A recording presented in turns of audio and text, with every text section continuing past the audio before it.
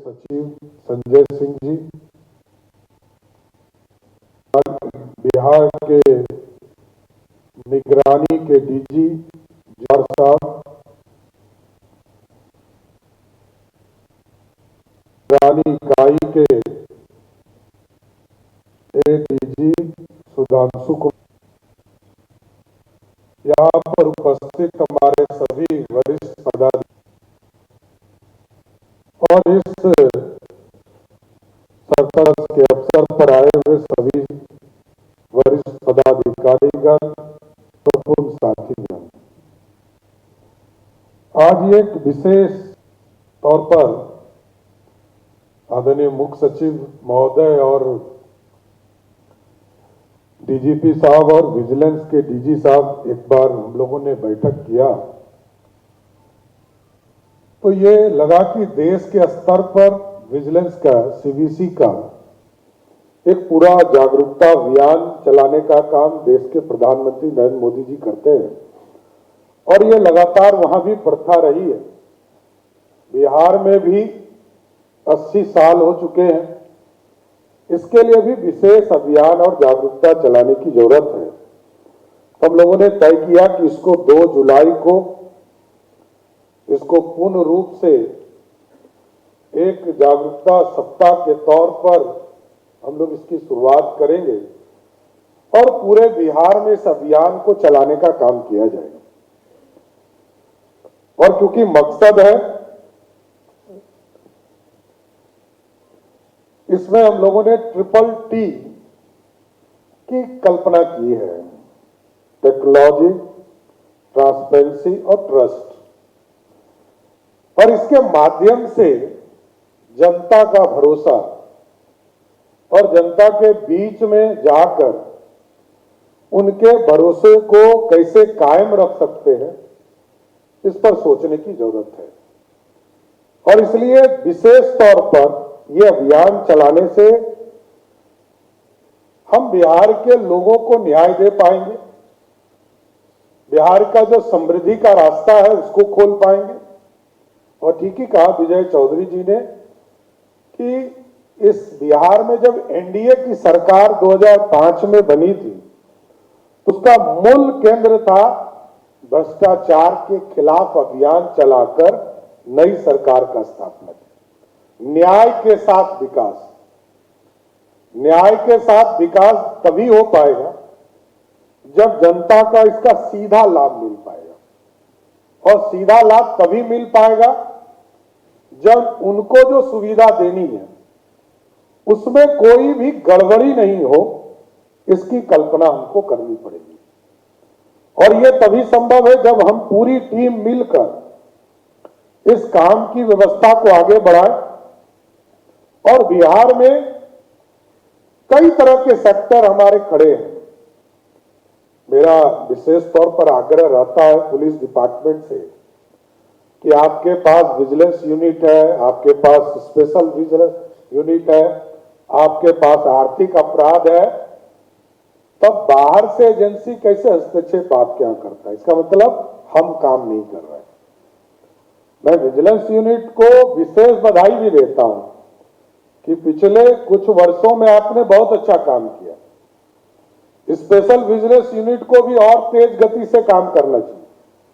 अभी सुधांशु जी आए, मैं इनसे आग्रह करूंगा इसको तेज गति से और आगे बढ़ाइए। और इसके साथ साथ आर्थिक अपराध, बिहार में अचानक कोई अमीर नहीं हो सकता है, यहां कोई शॉर्टकट रास्ता नहीं है। जो हमारी व्यवस्था इस देश में, उस व्यवस्था में कोई भी व्यक्ति अचानक अमीर नहीं हो सकता है। शॉर्टकट वाले के लिए बेऊर ही फिक्स है, दूसरा कोई रास्ता नहीं है। कोई यदि उद्योग करता हो, धंधा करता हो, ये पूरी तरह डिजिटल है, पूरी व्यवस्था कड़ा है।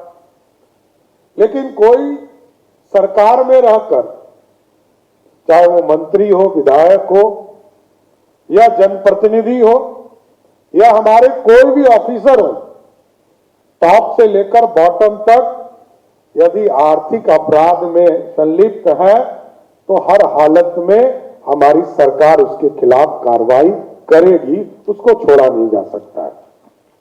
और इसी के लिए कई केंद्र बने हैं।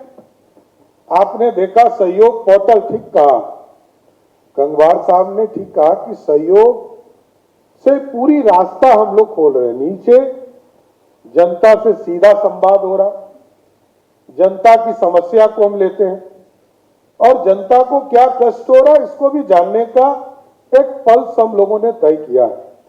लगभग 4 लाख लोगों के आवेदन प्राप्त हुए और उसमें से यदि 3.5 लाख लोगों के आवेदन को हम डिस्पोज कर चुके हैं, इसका मतलब हम काम करते हैं, लेकिन समय सीमा में नहीं करते थे, इसलिए लोग हम पे आरोप लगाते रहे।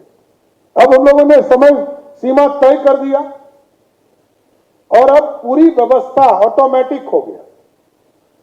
यदि आपने पहले 10 दिन में नहीं किया तो उसका एक मैकेनिज्म है कि 11वें दिन आपको नोटिस प्राप्त हो जाएगा। 20 दिन में नहीं किया तो 21वें दिन आपको एक नोटिस प्राप्त हो जाएगा।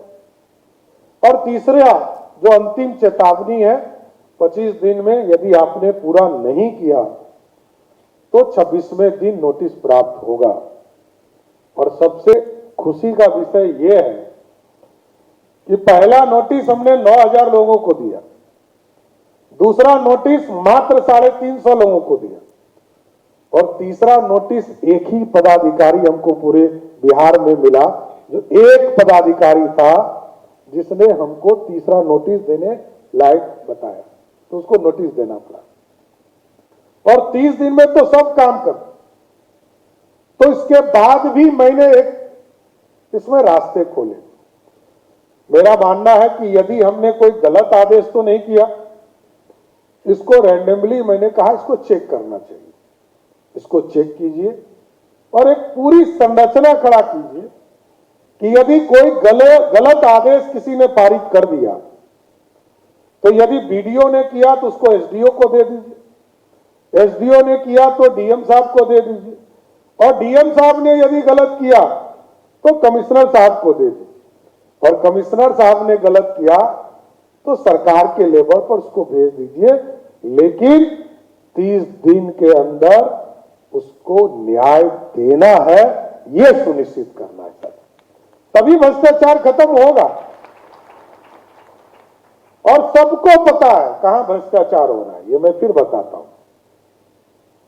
हमको भी पता है और आपको भी पता है। अब इसके रास्ते खोजने हैं। रास्ता हम खोजें। हम रजिस्ट्री कराने जाते हैं तो वहां क्या दिक्कतें आ रही है, हम ब्लॉक में जाते हैं तो वहां क्या दिक्कतें आती हैं, हम यदि थाना में जा रहे हैं तो वहां क्या दिक्कत है। हम सभी टॉप ऑफिसर्स को यह चिंता करना पड़ेगा। गरीब को न्याय चाहिए, गरीब को न्याय नहीं दे रहे तो हम अपने जीवन को भी अंधकार की ओर धकेल रहे हैं। भगवान ऊपर वाला पूछेगा कि नीचे न्याय दिए थे कि नहीं दिए थे। न्याय देना होगा, क्योंकि आप जब किसी पद पर बैठते हैं तो एक तरह से अदालत के जज के हिसाब से बैठते हैं कि आपको न्याय देने का काम करना। लेकिन मैं यही आग्रह करूंगा, इस पूरे जागरूकता अभियान के माध्यम से कई काम हुए हैं और आगे कई काम करने हैं, लेकिन इस पूरे यूनिट्स को तेज गति से बढ़ाइए और तेज गति से बढ़ाकर कोई भी भ्रष्टाचारी हो, जिस तरह मेरा स्पष्ट मानना है कि किसी भी हालत में, जो नीतीश कुमार जी ने कहा था कि